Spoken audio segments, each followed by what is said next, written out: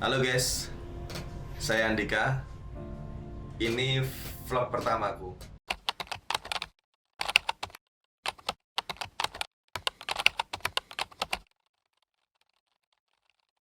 Oke, kenalin saya Andika. Saya seorang pebisnis dan saya akan bercerita tentang bagaimana sih saya bisa bikin beberapa bisnis dalam saat bersamaan gitu, tanpa bantuan orang lain. Jadi memang saya ini bahasanya Kamen Rider gitu ya, atau Satria Baja Hitam yang maju sendiri, digebukin sendiri, dan capek-capek sendiri tapi senang-senang sendiri gitu. Itu tipeku sebagai seorang pebisnis gitu.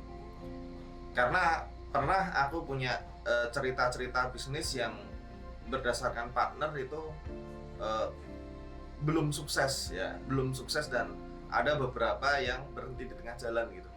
Akhirnya aku mutusin untuk bikin cerita bisnisku atau aku bisnis sendiri gitu. Nah, aku sih mau cerita tentang burnout bisnis ya. Apa sih burnout bisnis gitu? Ketika kamu punya bisnis, kamu sudah berusaha sekuat tenaga, bisnisnya pernah naik, tapi keadaan kemudian merugi dan kamu terus spend money untuk nutupin kerugian bisnismu itu gitu. Karena bisa jadi enggak profit atau operasionalnya kebanyakan, jadi besar pasak daripada tiang gitu bahasanya gitu. Itu pernah aku alami juga. Jadi aku bakal cerita nantinya aku harus ngapain ketika bisnisku sudah burnout gitu, sudah kehabisan uang, sudah kehabisan cash gitu. Dan aku nggak malu untuk nutup bisnisku gitu, karena memang bisnis itu sebuah apa ya, lomba lari maraton gitu. Jadi nggak ada kesulitan untuk aku menutupnya ketika memang sudah burnout gitu. Oke, aku pernah punya bisnis peternakan lele. Saya namain Banyu Bening Farm karena pakai nama anakku, dan modal yang saya keluarkan juga lumayan gede waktu itu. Ya karena saya mulai dengan membuat suatu kolam di mana kolamnya itu konsepnya bioflok ya. Saya belajar tentang konsep kolam bioflok itu seperti apa. Kemudian saya mulai memproduksi kolamnya. Jadi saya menginginkan satu konsep usaha peternakan ikan lele di mana saya nguasain dari hulu ke hilirnya gitu. Sistemnya sudah saya bikin rapis demikian rupa sehingga saya bisa bikin kolamnya sendiri, produksi kolamnya sendiri. Saya beli suatu alat untuk bikin kolam yang memang khusus untuk lele, kolam bundar maupun kolam kota gitu. Kemudian yang kedua, saya punya pejantan indukan. Saya punya indukan untuk bisa benih sendiri. Jadi indukan bisa kawin dan bisa menghasilkan telur untuk saya tetaskan sendiri gitu. Nah, konsep-konsep itu sudah saya pikirkan sedemikian rupa hingga akhirnya bisnis itu berjalan gitu. Jadi dari telur yang netas kemudian dibesarkan menjadi benih gitu ya. Benih yang ukuran apa ya, kelingking gini, kemudian saya besarkan di pembesaran. Jadi dari mulai pembenihan, kemudian pendederan, kemudian pembesaran itu saya kuasain sendiri hingga after salesnya. Jadi after panennya itu saya kelola sendiri. Karena saya buat produk frozen lele agar anak-anak atau emak-emak perumahan itu yang ketika beli lele, kalau beli di mana namanya pasar tradisional untuk lele itu agak sulit untuk ngolahnya gitu. Akhirnya saya punya pemikiran untuk bikin pengolahan lelenya itu tadi gitu. Dan alhamdulillah cukup berjalan lancar waktu itu. Nah, hingga beberapa orang menginginkan produk kami ya di Banyu Bening Farm itu, dan saya cukup kesulitan untuk maintenance tim waktu itu ya, tim lapangannya, tim kolamnya gitu, karena ada beberapa teknik yang mereka nggak ngerti dan harus saya yang terjun di situ, dan saya terlambat untuk mendeliver ilmu itu gitu. Akhirnya saya jatuh sakit, beberapa hari sakit, kolam nggak keurus, ikan pada mati, dan akhirnya that's it, bisnis kacau gitu. Nah, waktu itu saya sudah mengeluarkan modal cukup besar bagi saya. Itu di angka hampir 150 juta. Ya, karena di situ saya juga punya beberapa kolam plasma. Saya punya beberapa petani yang mana petani itu saya beli lelenya dan saya kondisikan agar lele selalu bisa saya salurkan ke pengepul gitu. Dan saya beli dengan layak gitu. Ternyata pengepul juga membeli lele saya itu berdasarkan harga pasar gitu. Padahal harga pasar tuh naik turun, tapi nggak fluktuatifnya nggak terlalu tinggi gitu. Tapi kondisi bahwa saya itu lone ranger bahasanya itu cukup kesulitan juga ketika bisnis sudah mulai terjadi pergolakan baik di operasional kemudian di teknis gitu. Itu cukup kesulitan saya dan akhirnya merugi. Saya harus nombokin beberapa biaya operasional yang cukup tinggi waktu itu karena saya punya kurang lebih sekitar 60 kolam lele ya. Alhasil sudah berjalan hampir setahun ya, saya terus nombokin. Alhasil saya gulung tikar, saya gulung aja usahanya karena saya ngerasa udah nggak make sense nih untuk menghasilkan suatu karya atau suatu cash flow gitu. Cash flow-nya sudah amburadul gitu. Ya itu satu cerita. Jadi saya tutup padahal teman-teman sudah banyak yang tahu bahwa saya itu mempunyai suatu usaha kolam lele Banyu Bening Farm itu. Dan sudah banyak stakeholder yang bergantung ke saya dan saya memberanikan diri untuk menutupnya karena memang rugi mungkin hampir sekitar 200 sampai 300 juta ya. Saya nggak inget ya detailnya berapa gitu. Tapi saya punya aset yang saya bisa jual di angka total mungkin sekitar 50 juta dari alat, dari kolam itu saya jualin second dan ada yang masih beberapa baru gitu. Karena jual kolamnya itu juga bisa dapat profit yang lumayan gitu, pikir saya gitu. Tapi ternyata kenyataan nggak sesuai dengan realita. Nah itu satu cerita saya menutup bisnis yang sudah memang burn out gitu. Dan ada beberapa bisnis yang saya putuskan untuk saya tutup gitu. Kenapa alasannya? Karena saya merasa waktu dan tenaga pikiran saya terlalu terlalu mahal ketika saya harus menutupi rasa malu saya untuk menutup usaha. Saya lebih mikirin kesehatan saya, kesehatan pikiran saya, psikologi saya, tim yang lain di usaha yang lain ya. Karena waktu itu saya sudah punya 2 usaha lain gitu. Jadi 3 usaha waktu itu jalan bersamaan gitu. Akhirnya saya tutup Banyu Bening Farm ini untuk menyelamatkan 2 usaha saya yang memang sudah punya karyawan lumayan banyak gitu.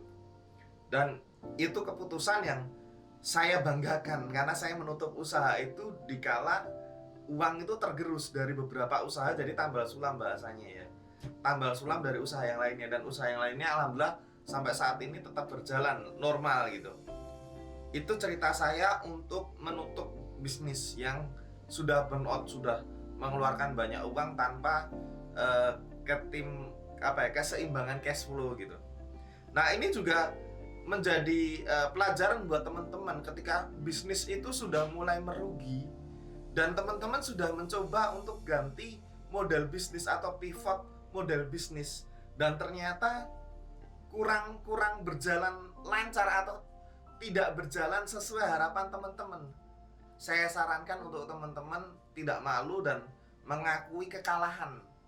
Ya, bahasanya perang itu mengakui kekalahan gitu, agar kita bisa mengumpulkan tenaga lagi di perang-perang yang selanjutnya, yaitu di usaha-usaha yang selanjutnya yang bisa memacu teman-teman untuk lebih kreatif lagi karena otak sudah clear gitu.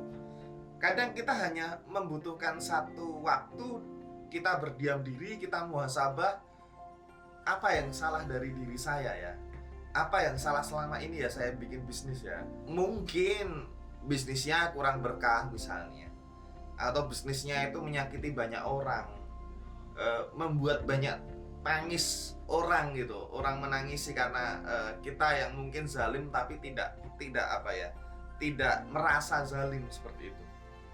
Poinnya di situ sih. Dan waktu itu saya coba untuk, karena ada beberapa investasi ya yang masuk ke saya ya untuk investasi di bidang kolam itu, karena memang di MOU investasi itu saya tidak menjanjikan kemenangan atau keuntungan kepada calon klien investor gitu, tapi memang waktu itu saat saya buka slot itu di angka kurang lebih 4,5 juta ya, dan saya tidak menjanjikan keuntungan yang wah seperti itu, jadi hanya modal kepercayaan saya gitu. Dan untuk beberapa orang yang memang menginginkan balik uangnya, karena memang sebenarnya juga saya tidak menjanjikan keuntungan itu, sebagian saya kembalikan gitu, dan sebagian ada yang mengikhlaskan karena tahu bahwa bisnis saya tutup karena saya juga sudah merugi gitu. Dan itu tinggal bagaimana kamu menjelaskan kepada investor tentang bisnis saya belum sukses nih, seperti itu. Omongin aja, insya Allah mereka tahu kok kondisi kamu, dan misalnya kamu berjanji untuk bisa memberikan akses kepada mereka di bisnismu yang baru, seperti itu. Nah, itu sebagian cerita saya ya tentang bagaimana keputusan saya dengan berani untuk menutup bisnis saya. Nah, ada satu cerita lagi di bisnis saya yang satunya, yang memang sudah hampir 11 tahun saya bikin bisnis ini, yaitu Balu Auto Works. Di awal 2021